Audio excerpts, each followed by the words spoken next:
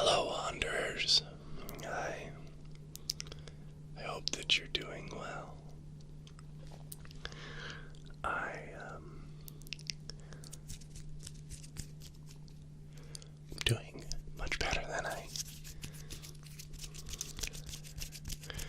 was for the past few days. I went on just a short vacation to spend some time clearing my mind and out of my regular comfort zone, as well as to spend some time with family and to kind of remotivate myself.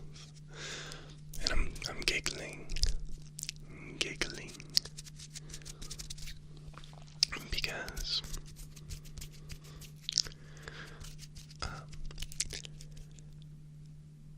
I didn't feel sick at all throughout the entire vacation, but the moment I got back home, I felt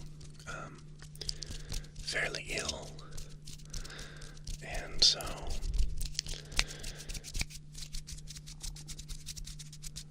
I've not done any of the things that I took the vacation to motivate myself to do.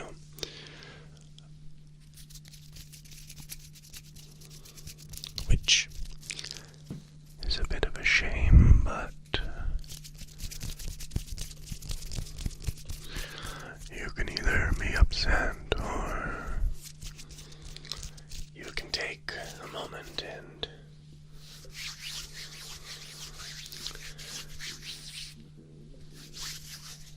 see the potential benefits or silver linings to situations. And maybe being sick and taking those few extra days is a good thing.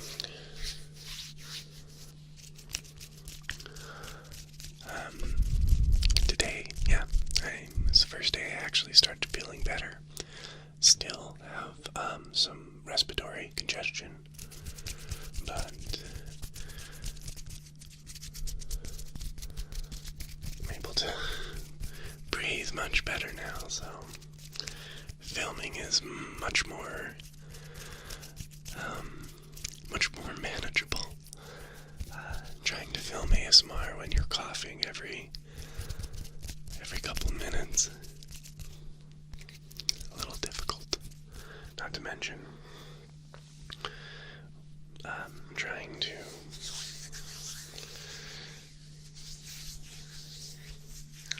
be in the ASMR mindset that I like to be in is difficult when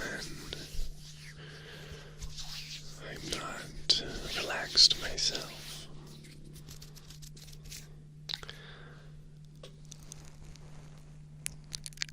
I'm glad to say I'm feeling relaxed right now. And I'm glad to be back to filming.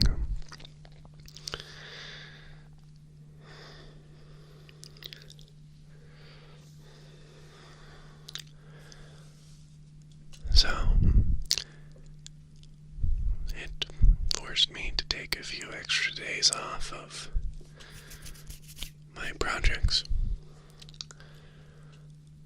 And I'm going to say that that's a good thing.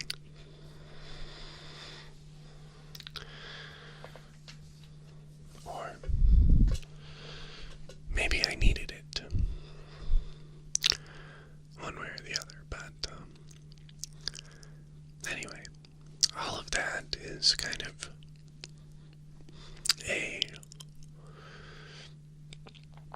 a preface to kind of talk about fever dreams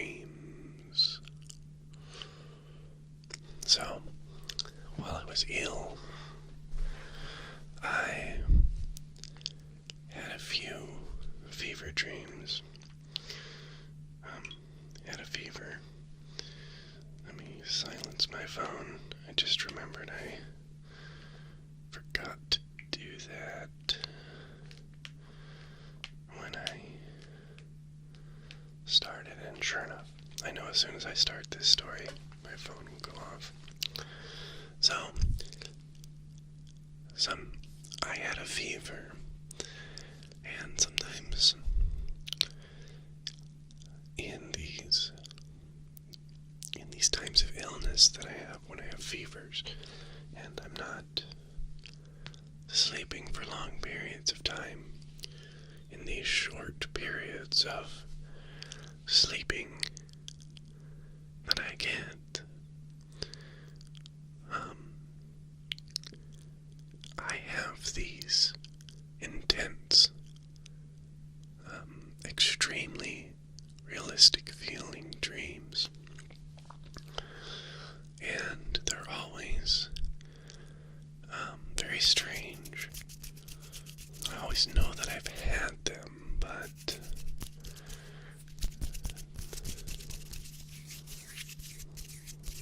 they can be extremely hard to really grasp with my mind, really grasp what happened within that fever dream.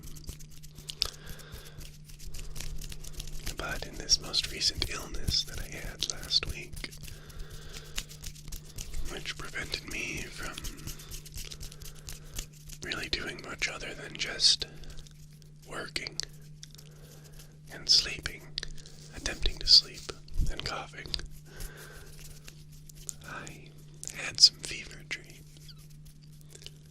And one thing that stuck with me on all of these intense, extreme fever dreams was, again, it's hard to grasp the full context of what was occurring within this fever dream. And it almost feels as if I am hearing this message from me within the fever dream several times.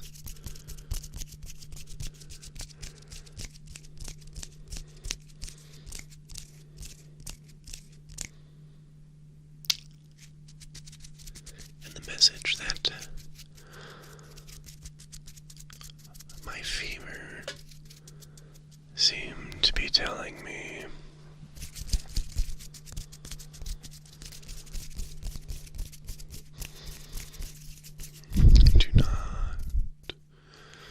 do not be afraid.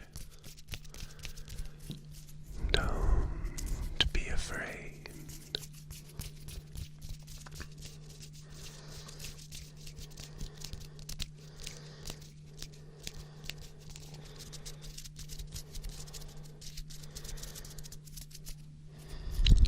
Both the lock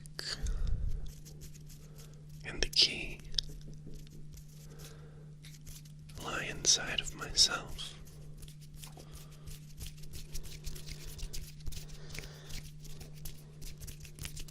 Well, the words I heard lie within yourself, because the voice was talking to me, referring to me. Don't be afraid. Both the lock and the key lie within yourself.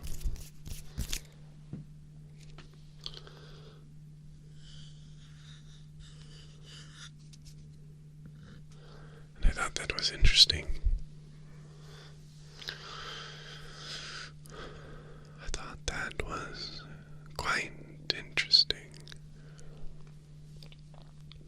considering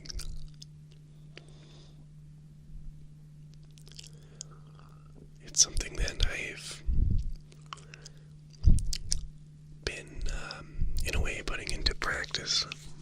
personal life, in my self-care program, my anti-anxiety self-care program that I've been employing over the past couple years to various degrees and true articulations. But it seems to me that I was telling myself that something that I understood but hadn't articulated, that my fear, the fear that I want to be without, in a way, sans Pierre, without fear. The words of my ancestors, something I've been concentrating on, something that I've consciously made an effort as a part of my self-care program to do. The key, as well as the lock, lies within everyone's own self, so that lock of fear and anxiety that holds us back, that lock that restricts us, it's a lock that lies within ourselves. It's of our own creation, and it's not something that we consciously create. The same way that you don't consciously create a burp,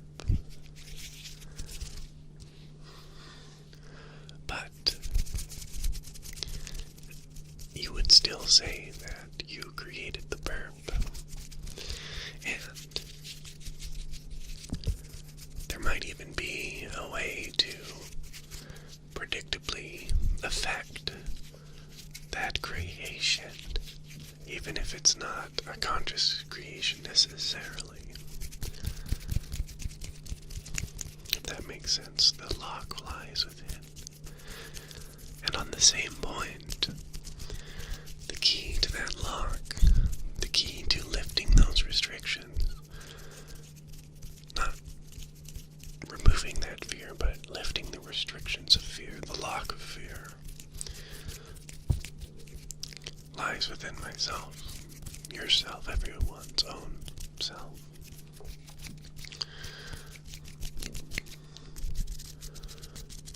Like my own mind wanted to articulate this metaphor to myself.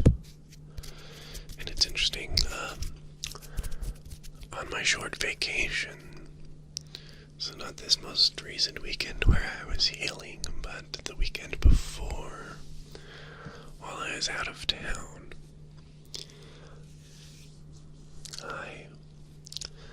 I went to a concert, something that has been more frequent with me here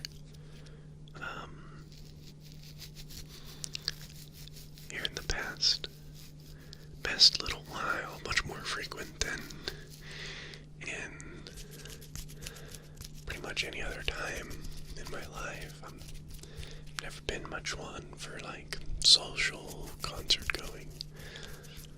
Maybe one or two every year or so.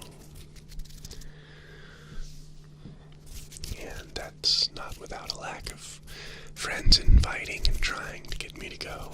I have a lot of friends who really enjoy live music and enjoy my company, seemingly. But I don't know, there's a few things that I needed to learn about myself, I think, before I could truly enjoy a social experience like that. So,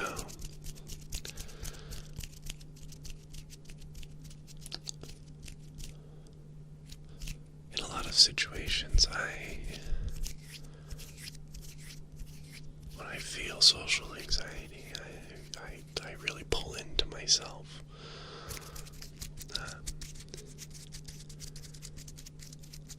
Which I still do. The key to not letting the anxiety restrict me wasn't to stop it from me pulling into myself, but I was at the concert, and at this concert I ended up dancing. Dancing might be not the best word. Moving to a beat of the music, I guess. Much more than I generally do. And I had a bit of an epiphany about this, kind of a bit of a clarifying of my own thoughts about this, where whenever I start to do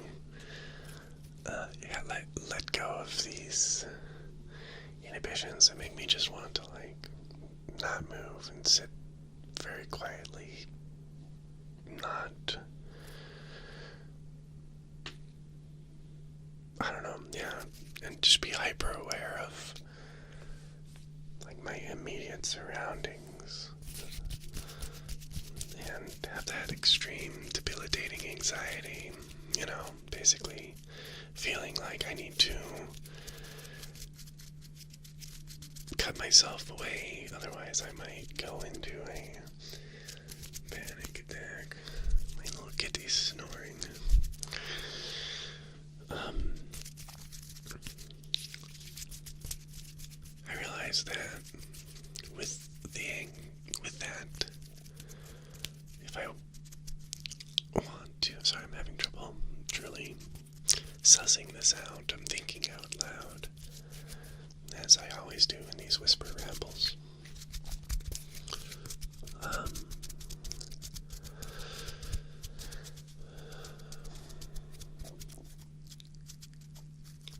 I understand that defeating my anxiety doesn't mean that I won't feel it anymore.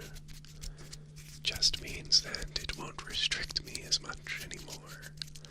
So, if I can find a bit of pleasure and enjoyment of just letting go of my inhibitions to move along to the beat of music, even if it's not very good or whatever. It's not very on beat or whatever I might feel like, or it is. There can be some pleasure in that, and a liberating feeling, and I'm sure that's why people do it, right? It's something that I realize that with all of my anxieties, it never truly goes away, and every time I go to initiate something that I know can aggravate my anxiety potentially, or I feel like I'm restricted from doing by my anxiety, if that makes sense. There's gonna be a short period of time while I'm trying to initiate it where I do have a feeling of moving towards a panic attack, or having that debilitating anxiety truly kick in, and it's not gonna be fun, it's gonna be awkward, and it's not gonna be enjoyable, but understanding that once you continue to do it, and you realize that whatever these feelings of anxiety are, no matter what they are not going to inhibit you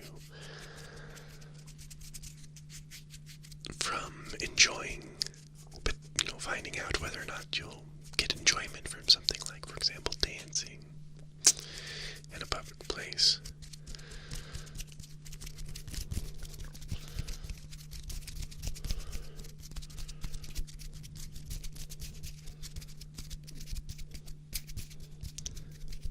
That gives you a feeling of liberation and freedom and a chance to explore whether that you might like something like dancing. Something that I've been experimenting with. This experimentation of seeing if I enjoy dancing, because I've always kind of thought I would. Like when I was younger,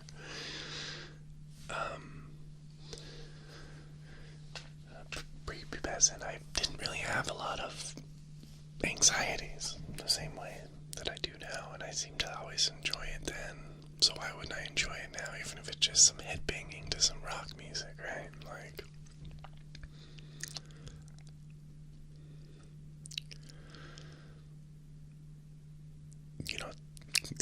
Are a lot of these things that I don't try because I feel like anxiety will prevent me from enjoying.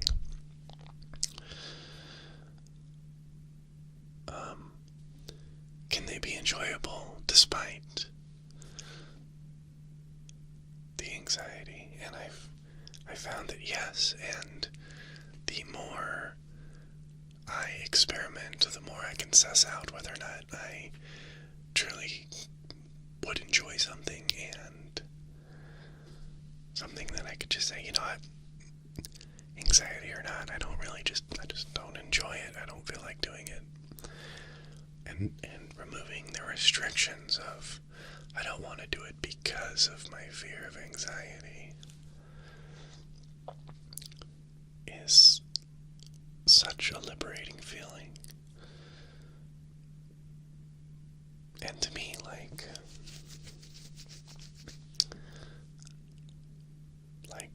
my best bet at having a productive self-care program, I guess. It's something that I've thought a lot about. My anxiety is a dark, shadowy beast that I've wrestled with for most of my life. I've wrestled and fought and tried to defeat and kill and destroy, and it's done the same to me. And I feel like I've realized the approach for me, needs to be different. It's not something that I need to defeat and destroy and kill. For that is a fool's errand. I don't think I will be able to do it. I've tried. I've done a lot. I found that taming the beast,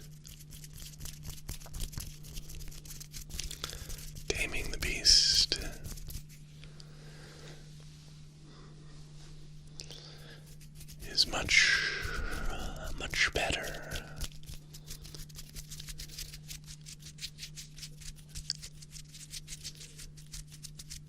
Much more productive than trying to kill it.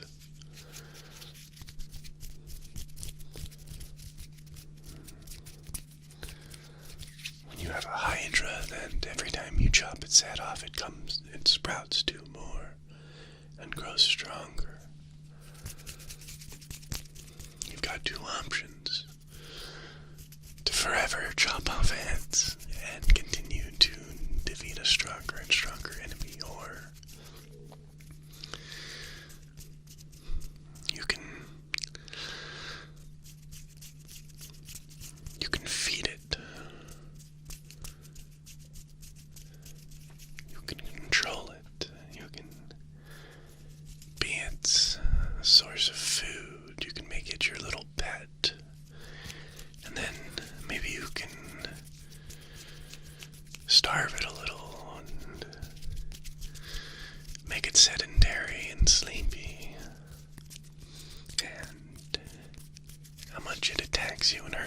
becomes less and less each day. And pretty soon your little shadow beast is like a pet cat that sleeps in your windowsill every day, and every once in a while gets up to scratch the shit out of your couch and destroy something that you like a little bit, not a lot, just a little bit, just a few little scratches. You know, come and bite the shit out of your hand. Put a few big old scratches down your arm. But it's no longer a tiger trying to eat your heart, controlling your life, chasing you around, forcing you to do certain things. I found that, taming my anxiety expands my freedoms much more than trying to kill it. There is no ultimate defeat. It's a process of give and take and understanding myself and my anxiety and how I can use my own mind and predictable capabilities of it to mitigate my feelings of restrictions. Obviously, I mean, it's like my phobia of heights, which is driven by my something that I can't control, which is vertigo.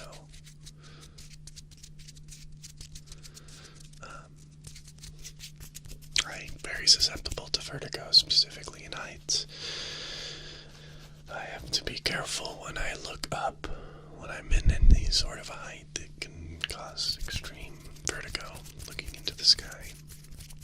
But when I was younger, I found that even with these things that I can be aware of, I can still enjoy things like rock climbing and rappelling. Just very, very difficult for someone who has a extreme fear of heights. It took that, and I know every time, like if I was to go rappelling even now, like it's not like I could just like go strap on my harness and just go for a rappel, no problem. No, I would have some serious trouble going over the edge again, but I know that I could participate in that. I could go out and do it and be successful. I wouldn't have to give up on the edge.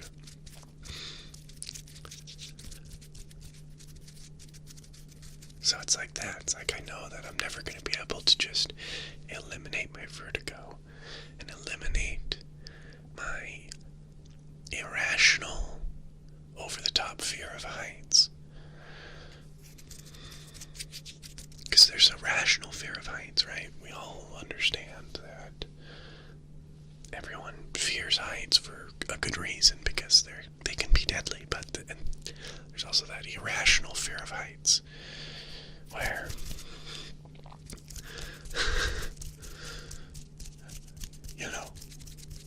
it's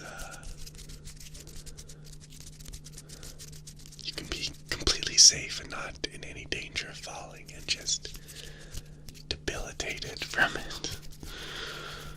But just knowing that ultimately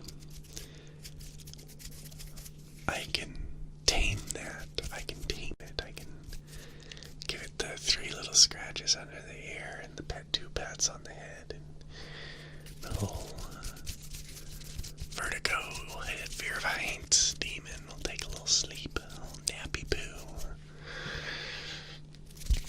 Let me enjoy a few things like going to the top of a high building or going rappelling or rock climbing. Anyway,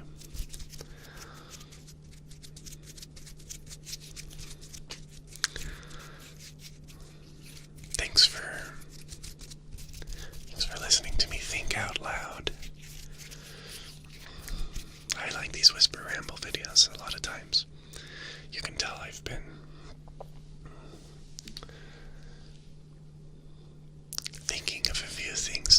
first couple weeks of not filming, and